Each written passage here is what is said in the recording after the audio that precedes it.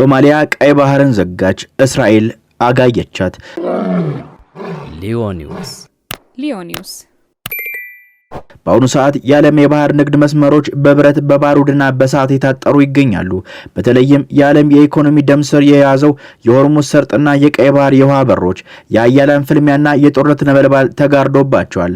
በእነዚህ ስልታዊ የውሃ መስመሮች ላይ እየተሰበሰበ ያለው የጦርነት መርከቦችና የሚሳኤል ክምችቶች ቀጠናውን ከሰላማዊ መተላለፊያ መንገድነት ወደ ዓለም አቀፍ የጦር ሜዳነት እየቀየሩት ነው።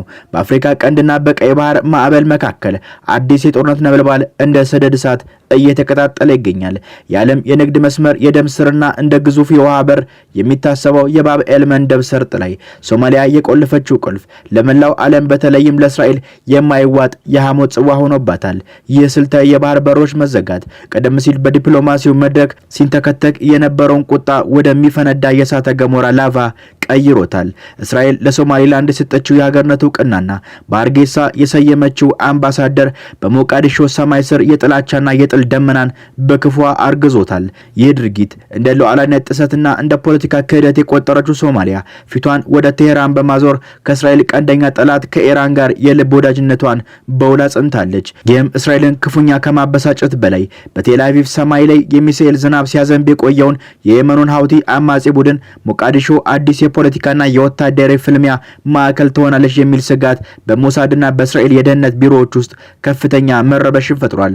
አሁን ላይ የቀይ ባህር የሰላም ውሃ መሆኑ ቀርቶ የሀያላን ፍልሚያ ሜዳ ሆኗል። እስራኤል በሶማሊያ ድርጊትና በሀውቲዎች መጠናከር ክፉኛ ተቆጥታ ያንን ታዋቂና አስፈሪ የጦር እሳት ጅራፏን በሶማሊያ የባህር ዳርቻዎች ስልታዊ ቦታዎች ላይ መጣል ጀምራለች። የጽዮን አንበሳ ጥርሱን አግጥጦ ወደ ቀንድ አፍሪካ እያገሳ ሲሆን ከየመን ተራሮች እስከ ሞቃዲሾ አሸዋማ የባህር ዳርቻዎች ድረስ ያለውን ቀጠና የባህሩ ሽታና የጥይት ድምፅ ሊያነክስበት አፍታ የቀረው ይመስላል። ሰማዩ በእሳት ነበልባል ሲቀላ ባህሩም በደም ቀለም መቃረቡን የሚያሳዩ ምልክቶች ከወዲሁ ጎልተው እየታዩ ነው።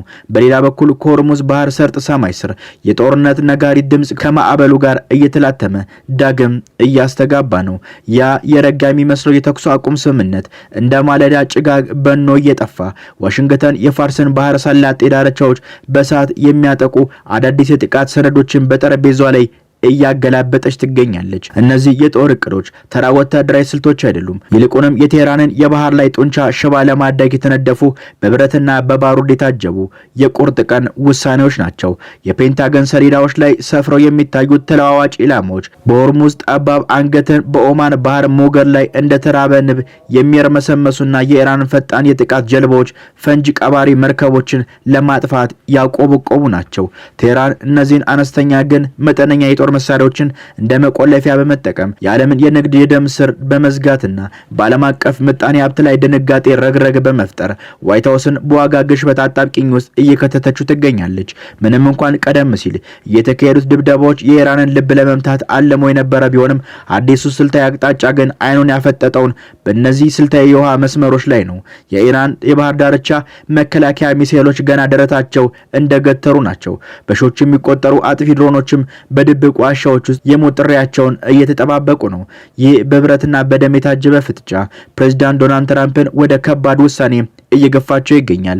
የኤነርጂ ተቋማትን፣ መሰረተ ልማቶችን ወደ አመድነት የመለወጥ ዛቻ ቀጠናውን ወደማይመለስ የእሳት ባህር ውስጥ ሊዘፍቀው እንደሚችል ታዛቢዎች በስጋት ይናገራሉ። በጥቁር ባህር ላይ እንደ ተራራ ግዙፍ ሆነው የሚታዩት ሁለቱ የአሜሪካ አውሮፕላኖች ተሸካሚ መርከቦችን በህንድ ውቅያኖስ ላይ የተሰለፉት የጦር አውታሮች በኢራን ወደቦች ላይ የብረት አጥር አቁሟል። ቴህራን በበኩሏ በ1980ዎቹ የነበረውን የታንከር ጦርነት ትዝታ በማንቃት በሲቪል ጀልባዎች ላይ የተጫኑ ከባድ መሳሪያዎችን ይዛ ለሽምቅ ውጊያ ተሰልፋለች። አሁን ላይ የሆርሙዝ ሰርጥ በታሪክና በዘመናዊ የጦርነት ፍልሚያ ሜዳ ሆኗል። እያንዳንዱ ሞገድ የጥይትና የዲፕሎማሲ ሽታ ይዞ ይገሰግሳል። ሰላሙም እንደ መስታወት ቀጭን፣ ጦርነቱም እንደ ማዕበል ቅርብ ሆኖ ይታያል።